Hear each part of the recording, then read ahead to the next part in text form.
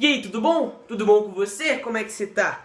Você tá bem? Graças a Deus, que bom que você tá bem. Bem-vindo aí a mais um vídeo, bem-vindo a mais uma quinta-feira with Jesus Christ, E eu queria que você pensasse um pouco agora a respeito de um tiozão chamado Judas Iscariotes. Já ouviu falar de um tiozão chamado Judas Iscariotes? Judas Iscariotes era um cara muito interessante na Bíblia.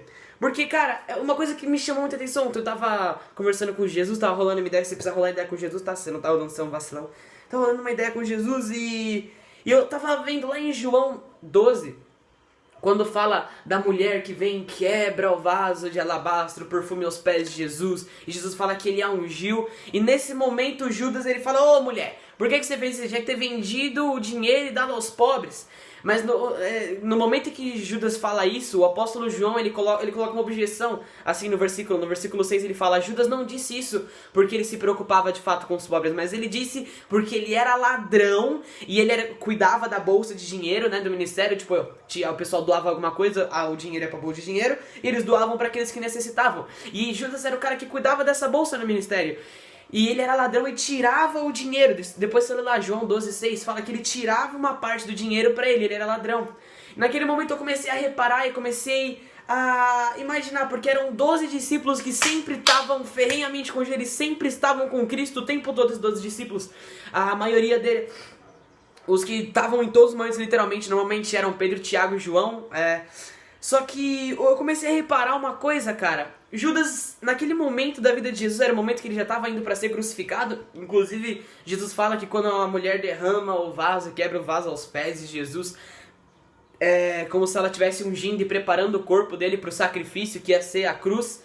Mas era o final da vida de Jesus. E Judas, ele passou 3 anos com Jesus. E depois daqueles 3 anos, o apóstolo João ainda diz: ele era ladrão e ele roubava o dinheiro da bolsa de valores. Depois de 3 anos vendo o milagre acontecer, depois de 3 anos ouvindo cada ministração, Jesus conhecia o coração de Judas. E Judas conhecia o que Jesus estava fazendo, sabia que pela fé as coisas aconteciam, que o reino de Deus era real. Ele acreditava em tudo que acontecia porque ele via tudo acontecer. Mas depois de 3 anos caminhando com Jesus, ele continuava sendo a mesma pessoa. Ele continuava sendo um filho do diabo. Alguém cheio de trevas no coração. Alguém que o coração não tinha sido tratado por Jesus.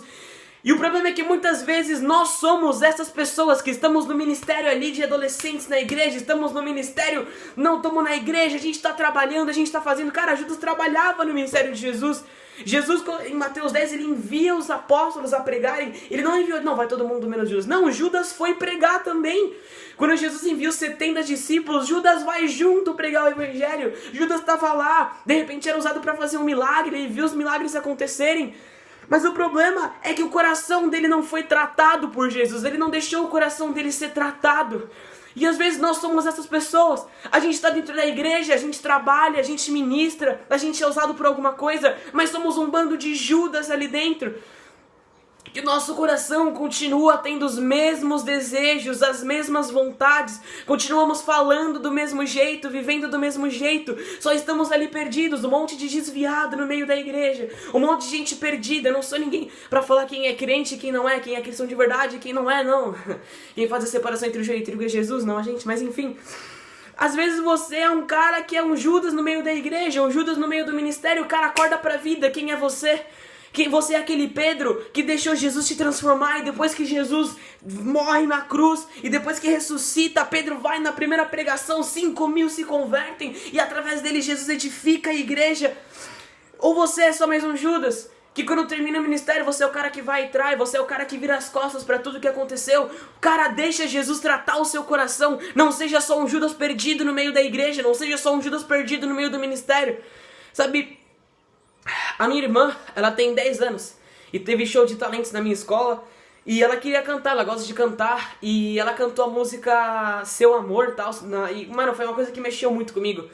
Porque no meio da escola inteira, na frente da escola inteira, ela cantou uma música cristã que diz: Jesus, eu vou gritar pro mundo inteiro que eu te amo. Ela cantou isso na frente de uma escola inteira. E aí você olha para um ministério de jovens dentro da igreja, você olha para um ministério e tem um monte de gente com a bunda sentada na cadeira. Né, Jesus é legal, Jesus é... Um monte de Judas sentado, um monte de gente que não quer fazer nada, um monte de gente que não teve o coração transformado por Jesus. A pergunta é: quem é você? O que você tem feito com a sua vida? Você tem sido só mais um Judas no meio do ministério, no meio da geração? Mais um que vai terminar e você vai ser o cara que vai trair? O cara cheio de trevas, o cara em que Satanás pode pegar você a hora que ele quiser? Quem é você? Sabe, uma garota de 10 anos canta na frente de uma escola: Jesus, eu vou gritar que eu te amo. Mas um carinha de 14 anos que fala, que ora todo dia, não consegue abrir a boca pra falar pra alguém: cara, Jesus te ama. Quem é você? No meio da igreja, quem é você ali dentro? Você é só mais um perdido, mais um desviado no meio da igreja, mais um Judas que não sabe o que tá fazendo ali? Ou Jesus verdadeiramente transformou seu coração? Fica a reflexão, irmão, é nóis. Deixa Jesus te transformar, valeu? Porque, cara, não existe nada nessa vida que importe. Só Jesus importa.